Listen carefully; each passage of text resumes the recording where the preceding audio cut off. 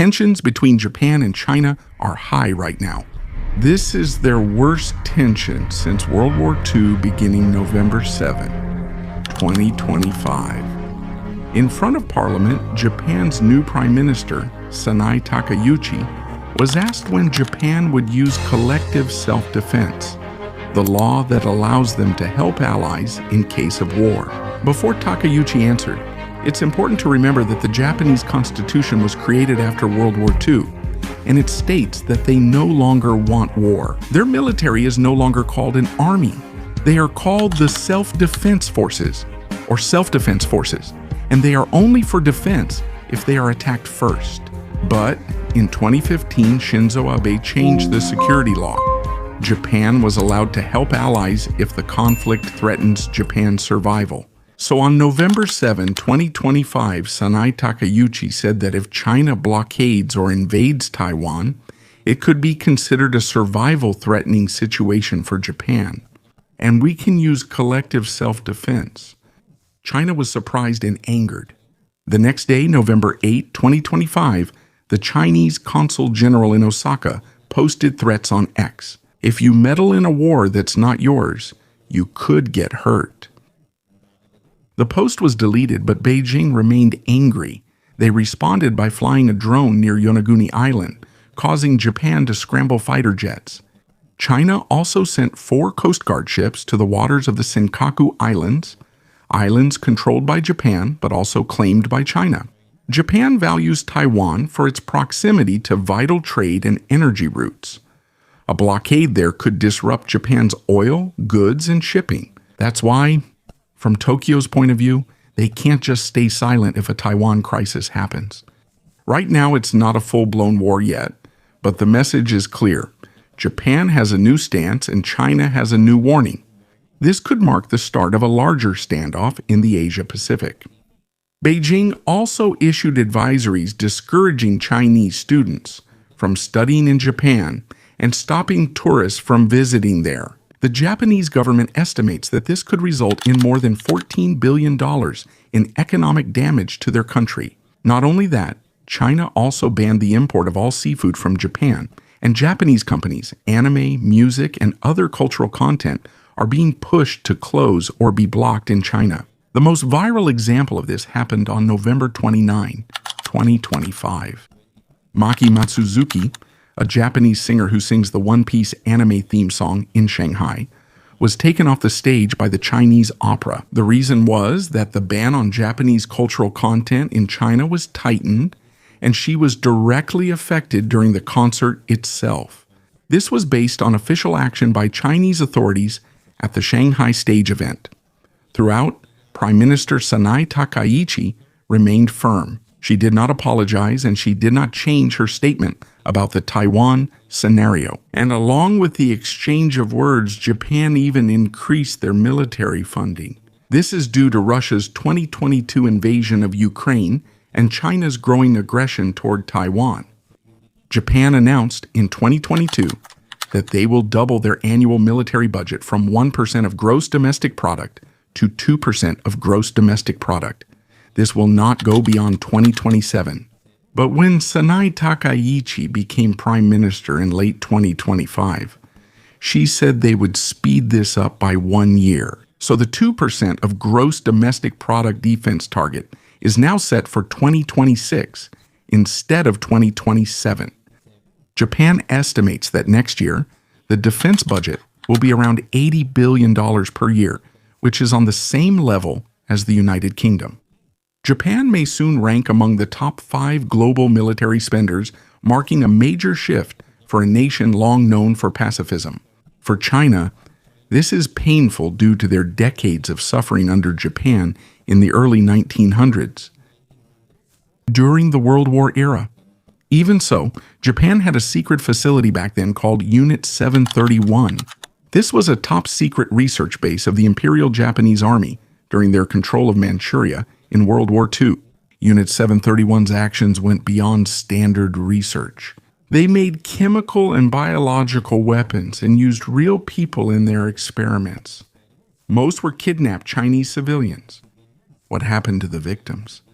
They were deliberately subjected to cruelty, exposed to deadly diseases, and tested with chemicals, explosives, and weapons. Their limbs were removed alive, bodies opened for study, organs taken, all without anesthesia. They were tested with extreme cold and hypothermia. The effects of low pressure on the body were observed using hypobaric chambers. This occurred while the person was alive with no medical aid or rescue. This estimates how many died in the facility. According to Unit 731 records, 14,000 humans were involved.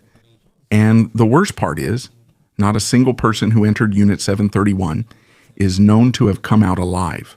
The effects didn't end there. The biological weapons they made were used by the Japanese army on Chinese villages. They added it to the water supply in farmlands, causing over 200,000 extra civilian deaths in China. Because of what happened, China harbors deep resentment toward Japan, especially now that Japan's military funding is increasing again. When it comes to Japan, after World War II, after Japan's military defeat, they surrendered all the territories they had occupied, including Taiwan. The pacifist constitution was adopted, removing their right to declare war. In 1950, the United States and Japan signed a security treaty. The agreement was that the United States would defend Japan if attacked, and in return, Japan let the United States have military bases there. Because of this, Japan focused on the economy, not on war. They outsourced their defense to America, so they were able to recover faster. Japan became pacifist, but relations with China still remained tense. It took years to recognize the People's Republic of China, and they only normalized relations in 1972. By 1954, the Japan Self-Defense Forces were formed, but its budget and size were very minimal because they relied on United States protection. And in the late 1970s, they put an unofficial cap on the military budget at only 1% of gross domestic product per year. According to Japan's defense budget policies from 1978 to the early 2000s, after the Cold War and the Soviet Union's fall, Japan grew more confident but remained under United States protection. When it came to defense, that's why back then there was no major plan to strengthen their military. But when 2010 came, the security situation in East Asia suddenly changed. Serious threats started to emerge one after another around Japan. The closest threat to them is North Korea. They tested their first successful nuclear bomb in 2006. And after that, they conducted 6 more nuclear tests. Their most recent test reached 160 kilotons and was 10 times more powerful than the Hiroshima atomic bomb. According to the Stockholm International Peace Research Institute, North Korea has around 50 active nuclear weapons as of January 2025, and they still have enough material to make 40 more nuclear weapons in the coming years. Aside from nukes, North Korea also has around 1,000 ballistic missiles, and hundreds of these can reach Japan even without a problem. They also tested a missile that flew over Japan's airspace. It began in August 2017 and recurred in September 2017, October 2022, and January 2025. That's why they're no longer at ease. Japan became even more uneasy because North Korea has been getting closer to Russia since the Russia-Ukraine war broke out. North Korea gave Russia millions of artillery shells, and they also sent thousands of soldiers to help Russia during the 2024 Kursk offensive. There is also intelligence that North Korean troops are active in the Russian-occupied Zaporizhia region as of November 2025. So they're not just a nuclear threat anymore, they also have battlefield exposure. North Korea and Russia also signed a renewed military alliance for mutual defense. In return for North Korea's support in the Ukraine war, Russia is giving them advanced military technology. As a result, the North Korean army is now more capable and dangerous, while China has also grown stronger. Between 2013 to 2022, China's military spending increased by more than 63%, while the United States only had a 2.7% increase during the same period. As of the 2024 global military spending data, the United States is at $997 billion per year. and China is at 2.7. But there's a big difference. China's military is only regionally focused in East Asia. That's why their forces are more concentrated near Japan and Taiwan. Because of China's growing strength, their territorial dispute with Japan has been revived, especially over the Senkaku Islands. These are islands controlled by Japan but claimed by China, which they call the Diaoyu Islands. The most intense standoff here happened from 2010 to 2012, and the tension in these waters was repeated recently with China using drones and Coast Guard ships. In 2012, the Japanese government bought the 3 disputed islands from a private owner. China was angered by this. There were massive protests in China because they believed Japan was claiming the islands. That's also when China started using trade as a weapon. They temporarily stopped exports. This was the first time China used trade to pressure Japan because of a diplomatic dispute. Afterward, China claimed a larger exclusive economic zone in the East China Sea. The claim entered Japan's exclusive economic zone, which led to a permanent maritime conflict between them.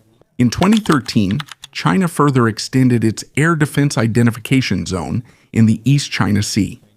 This zone included the Senkaku. It also overlapped with Japan's air defense identification zone, further increasing airspace tensions. As of the 2024 Pentagon assessment, the United States Department of Defense said that China has 400 ICBMs, 500 intermediate-range ballistic missiles, 1,300 medium-range ballistic missiles, 900 short-range ballistic missiles, and 400 ground-launched cruise missiles. China has hundreds of missiles, so the Japan Islands could be targeted if conflict occurs. They showed this in 2022 when Nancy Pelosi visited Taiwan. China launched military drills around Taiwan and fired ballistic missiles that landed right in Japan's maritime exclusive economic zone near Yonaguni Island. This is proof that China can hit Japanese territory or warships if they want to. And both of them know that Taiwan is important to Japan's security and strategy. If China takes control of Taiwan, it will be a big problem for Japan because the first island chain will be broken, the line of allied islands surrounding China's coast. China's navy will be able to move more freely into the Pacific. It will be easier for them to pressure Japan in disputed areas. This also threatens Japan due to its heavy reliance on maritime trade. For Japan's energy imports, around 90% of their oil and liquefied natural gas imports pass through the sea. Near Taiwan, they have a petroleum reserve that's good for 232 days of oil, but their liquefied natural gas reserve is only good for 19 days. This means that if the sea lanes are blocked because of the Taiwan conflict, Japan's energy supply will be affected quickly. If a war or blockade in Taiwan lasts over 40 days, Japan's sea trade routes could be cut off. If that happens, Japan will have a hard time getting energy imports like oil and liquefied natural gas. These pass near Taiwan. If ships can't go through, rerouting will be slower, cost more, and delay reaching Japan. If the supply runs out for 40 days, Japan's economy could be paralyzed because there won't be enough energy to keep the country running.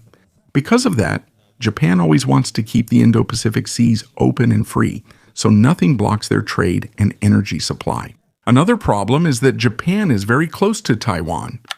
Yonaguni Island, the southwesternmost island of Japan, is only 110 kilometers away from Taiwan. That's why this is an important location in the military strategy of the United States and China if a conflict happens. If the United States joins in the defense of Taiwan, even if Japan doesn't officially participate, it's possible that China will bomb United States bases in Okinawa using missiles. Okinawa has about 30,000 United States troops stationed there, making it a target for China. If the Taiwan situation heats up, Japan also fears that China might take their islands in the southwest, like the area between Yonaguni and the Kyushu chain, so China can secure the northern flank of Taiwan and prevent United States reinforcements. An even bigger concern is that if the Taiwan Strait heats up, North Korea could also raise tensions on the Korean Peninsula simultaneously. It's possible that China could push North Korea to escalate in order to distract United States assets away. And even if they're not ordered, North Korea could also escalate on their own because the United States is busy with Taiwan. This could lead to a two-front war in East Asia, with conflicts in both Taiwan and the Korean Peninsula occurring nearly simultaneously. If that happens, Japan and the United States will be forced to keep some reserve resources. They can't pour everything just against China. And third, Japan is hesitant about United States support because the tone of United States commitments has changed. During the Trump administration, they were worried that the United States' assurance to help its allies was no longer as solid as before.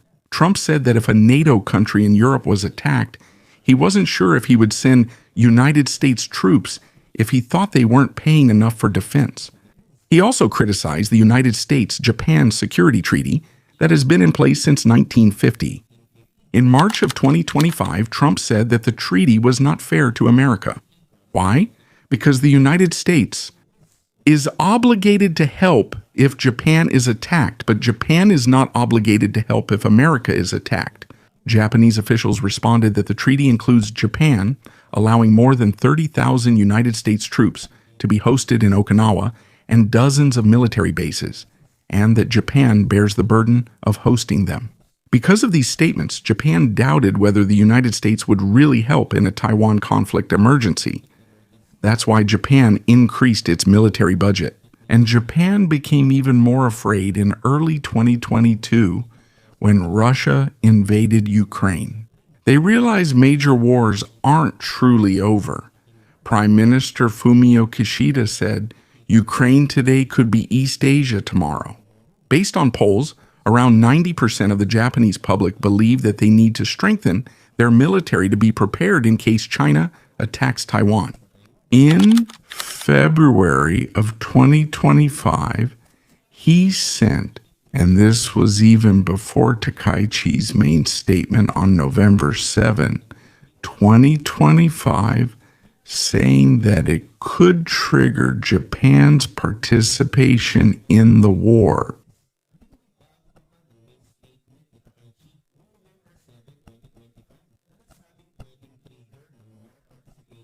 And an invasion or blockade of Taiwan. Now, what is Japan's plan for their bigger defense budget? They will buy long-range strike weapons like Tomahawk cruise missiles made by the United States China. Missile concern as of the 2024 Pentagon assessment. China has many missiles that can reach the Japanese islands. Japan's plan as of the 2025 announcement. Japan will buy 400 Tomahawk cruise missiles. Their range is up to 2,000 to 2,400 kilometers. These can go on Japanese destroyers and submarines. This is the first time Japan will have the capability to hit targets inside mainland China or North Korea. It's not just for defense. It used to be considered taboo in Japan for the self-defense forces to have long-range attack missiles. That's why, to avoid making the weapons look offensive, Japan calls the missiles counter-strike capability. They say they won't use these for a first attack, but only after they themselves are attacked. In November of 2025, a Japanese destroyer ship arrived in California to pick up the first batch of Tomahawk missiles they ordered. Many more will follow. Aside from the Tomahawk, Mitsubishi Heavy Industries and its subsidiary are also working on weapons under Mitsubishi Heavy Industries' arms partnership. The Type 12 missile was developed in Japan and has a range of about 1,000 kilometers. In 2010, Japan only had 16 submarines. Now, as of 2025, they have 24 submarines. Their new subs are called the Taiji class, TAG class, which was introduced in March of 2022. They call these sea ninjas because they're silent in the sea, skilled at reconnaissance, can launch torpedoes, and secretly deploy sea mines. In their fleet now, there are 5 TAG-class submarines, 5 Soryu-class submarines, and 2 more TAG-class subs will become operational before 2027. If a conflict happens in Taiwan, Japan will deploy its 7 quietest submarines to the Southwest Islands. Their mission there is to find and fight Chinese submarines, defend the Southwest Japan Islands. And if they need to launch counter-strike missiles, Japan isn't stopping with air power either. Their plan is to buy 147 F-35 fighter jets, making them the second largest F-35 operator in the world, next only to the United States. It's also possible that they will inquire with the United States for nuclear-powered submarines, like those given to South Korea and Australia. But this is not yet confirmed as a final purchase. Even so, Japan's F-35 jets can be equipped with long-range cruise missiles. They can strike mainland China if needed. Their order includes 505 conventional F-35 models and 42 F-35B models. The F-35B can take off even with just a short runway, and it can also do vertical landing. This is the model that will be used on Japan's aircraft carriers. Japan has two helicopter carriers, Izumo and Kaga. Originally, they only carried helicopters, but now they're upgrading them so they can launch F-35B jets, up to 12 jets per carrier at the same time. When this is finished by 2027, it will be the first time that Japan will have carrier jets again since World War II. Japan will deploy Type 12 missiles on Kyushu Island by spring 2026, with a range of about 1,000 kilometers. Because of this, missiles will cover the southwest Japan Islands, Taiwan, and nearby waters if the conflict escalates. Yonaguni Island is just 110 kilometers from Taiwan, so Japan installed a radar and electronic warfare unit there in 2025 to jam enemy communications and guidance if there's an attack on Taiwan. They also plan to deploy surface-to-air missiles on Yonaguni to intercept Chinese drones and aircraft. Japan is also creating an amphibious rapid deployment brigade based in Kyushu and modeled after the United States Marines. Their job, in case of war, is to retake Japan's islands if China manages to occupy them. Not yet. There's no plan yet, but there's a possibility that Japan might build their own nuclear weapons in the future if they think it's necessary for deterrence. They could build a nuclear weapon in under a year if they chose to, and prepared. Even so, up to now, Japan hasn't made their own nuclear weapons because it's a taboo for them. The United States opposes it, and they're protected by the United States nuclear umbrella according to the Japan-United States Security Agreement. But if the United States support changes, especially when it comes to security guarantees, Japan will quickly make their own nuclear weapons in less than 1 year. Their reason is so they have deterrence against China and North Korea and possibly even Russia if needed. Japan is learning from what happened in Ukraine. The president of Ukraine gave up their nuclear weapons in exchange for security assurances, but fewer than 30 years later, they were invaded by Russia. So for Japan, things have changed, and it's necessary. If a Taiwan conflict happens, Japan has 4 possible responses. First is just defense, surveillance, missile defense, and evacuating citizens if needed. They can choose not to join the war, but their relationship with the United States will be damaged if they do that. Second, help United States bases, provide fuel and ammo access, let Japan use ports and air bases, and guard the sea trade routes. They won't attack Japan, but China might see them as an ally of the United States, so China could still retaliate against Japan. Third is to invoke collective self-defense, intercept Chinese aircraft, drones, submarines, and ships that could attack Japanese islands, especially in the Ryukyu chain. But they won't go to the Taiwan front. They will help escort United States warships at Taiwan choke points like the Miyako Strait in the north and the Bashi Channel in the south. Fourth, in heavy combat in Taiwan, they will use long-range cruise missiles targeting mainland China. If they do this, Japan will officially join the war, and full retaliation from China is possible. But whatever Japan chooses, they have internal problems in their country right now. As of the 2025 estimate, Japan has around 237% national debt versus gross domestic product. This is higher than the United States, which is about half of Japan's ratio. Borrowing more for the military isn't popular, so their other option is to raise taxes. But this is politically difficult because their taxes are already high for the welfare of the aging population. And another problem is that they lack young recruits. The Japanese male population aged 18 to 26 is decreasing in numbers. That's why the self-defense forces lack enough personnel. The number of males of military service age in Japan was at its highest in 1994, reaching 17 million. But by 2020, this dropped to 11 million. And the projection is, by 2050, there will be less than 8 million. That's less than half their numbers in the 1990s. Because there are few young recruits, low salaries in the military, and many job opportunities in the private sector, young people are losing interest in joining the self-defense forces. That's why Japan's recruitment targets have failed every year since 2014, and every year they haven't met their quota since 2014.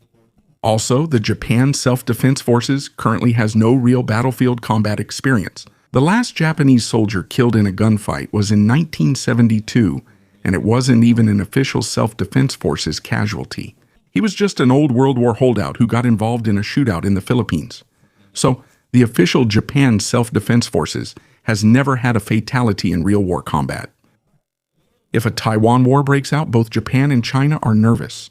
China wants to take control of Taiwan because their goal is to unify China and end the shame of their past war defeats. As for Japan, they are afraid that if China takes Taiwan, Japan's trade and security could be disrupted, especially on their small islands near Taiwan. Japan and China are not looking for war, but they are afraid of each other because of the simultaneous military buildup and missile deployment in the region. And even though they don't want war, no one wants to back down when the stakes are so high. According to Japanese samurai Miyamoto Musashi, better to be a soldier in a garden than a gardener in a war. In Tagalog, this means it's better to be ready for conflict even in peace than unprepared when war comes. After the Cold War, Japan felt secure because the Soviet Union had collapsed and the United States still protected them. That's why they didn't rush to grow their military back then. But by 2010, the threats around them suddenly increased. One of the biggest threats was North Korea. They didn't just conduct missile tests, they did something even worse back then. Between 1977 to 1983, many Japanese citizens suddenly disappeared, mostly in the coastal areas of Japan. Back then, the Japanese government didn't have a clear answer as to why they were disappearing. That's why a lot of conspiracy theories spread. Some even said that North Korea was behind it, but most people didn't believe it. Until 2002, Kim Jong-il admitted to the Japanese Prime Minister that they really did kidnap at least 13 Japanese citizens back then, and he apologized. After the confession, Japan officially recognized that 17 confirmed Japanese citizens were abducted by North Korea between 1977 and 1983. But according to independent investigations, the real numbers could possibly be in the hundreds, not just 17. Kim Il-sung, North Korea's founder and Kim Jong-un's grandfather, ordered the kidnapping program back then. Kim Il-sung ruled for nearly 46 years, from the mid-1950s to 1994. Even though he died in 1994, North Korea still legally refers to him as the Eternal President.